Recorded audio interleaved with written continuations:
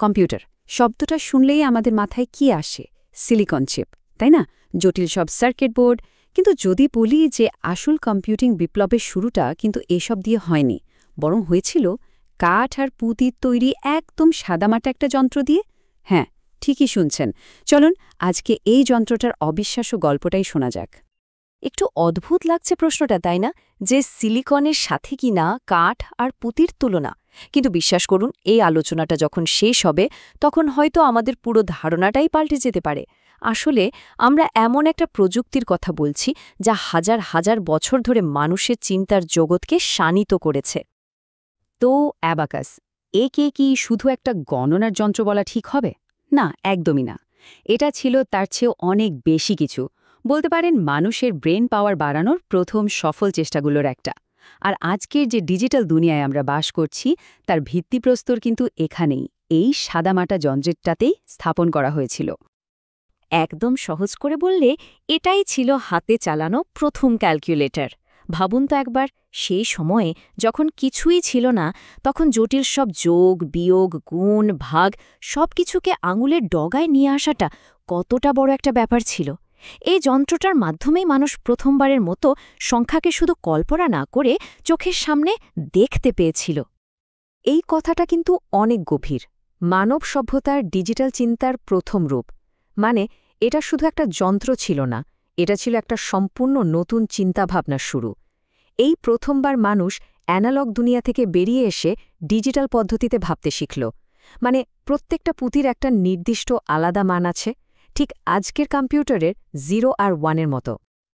আচ্ছা, আবাকাসের গল্পটা কিন্তু কোনো এক জায়গায় থেমে থাকেনি, একদমই না। বরং এটা একটা লম্বা জার্নি। সময়ের সাথে সাথে বিভিন্ন সভ্যতা আর সংস্কৃতির হাত ধরে এটা নিজেকে বদলেছে, আরও উন্নত করেছে। তো চলুন সেই সফরেই বেরিয়ে পড়া যাক।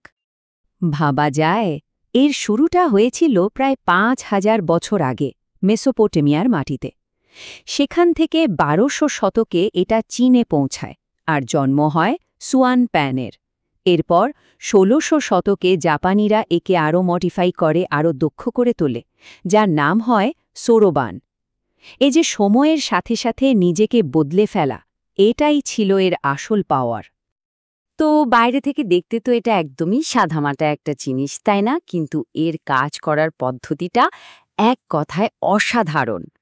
আসল ম্যাজিকটা কিন্তু লুকিয়ে আছে এর অবিশ্বাস্য রকম সহজ ডিজাইনের ভেতরেই। একটা অ্যাবাকাসকে মূলত দুটো ভাগে ভাগ করা যায়। ওপরের যে ডেকটা, ওটাকে বেশ কাব্যিকভাবে বলা হয় স্বর্গ বা হেভেন সেকশন। এখানকার প্রত্যেকটা পুঁতির মান হল ৫, আর নিচের অংশটা হল পৃথিবী বা আর্থ সেকশন, যেখানে প্রত্যেকটা পুঁতির মান ১। ব্যাস, এই দুটো অংশ ব্যবহার করেই সব ধরনের হিসাব নিকাশ করা হয়। আর এখানেই আমরা এর বিবর্তনটা দেখতে পাই। যেমন চীনের সুয়ান প্যানে পুঁতির সংখ্যা একটু বেশি ছিল, কিন্তু জাপানের সোরোবানে এসে সেটাকে আরও সিম্পল করে ফেলা হলো। পুঁতির সংখ্যা কমানো হলো, ফলাফল কম পুঁতি দিয়ে আরও দ্রুত হিসাব করা সম্ভব হলো। এটাই তো ডিজাইনের বিবর্তন, তাই না? আরও এফিশিয়েন্ট হয়ে ওঠা। আচ্ছা, তাহলে এটা কাজ করে কিভাবে? চলুন একটা উদাহরণ দেখি। ধরুন আমরা ৭ সংখ্যাটা বানাতে চাই। খুব সোজা, ওপরের স্বর্গ অংশ থেকে ৫ মানের একটা পুঁতি নিচে নামানো হলো। ওকে, হলো ৫। এখন ৭ হতে আর ২ বাকি, তো নিচের পৃথিবী অংশ থেকে ১ মানের দুটো পুঁতি ওপরে তুলে দিলাম। তাহলে মোট কত হলো? ৫ যোগ ২ মানে ৭। কি দারুণ সরল একটা সিস্টেম, তাই না? এখন সবচেয়ে অবাক করার মতো বিষয়টা বলি। এই যে আমাদের হাতে স্মার্টফোন, ক্যালকুলেটর সব আছে, এই যুগেও কিন্তু অ্যাবাকাস আবার ফিরে আসছে। কিন্তু এবার আর শুধু হিসাব করার জন্য নয়, বরং ব্রেইনের এক্সারসাইজের জন্য, একটা মেন্টাল জিম হিসেবে। কিন্তু কেন? চলুন সেটাই জেনে নেওয়া যাক।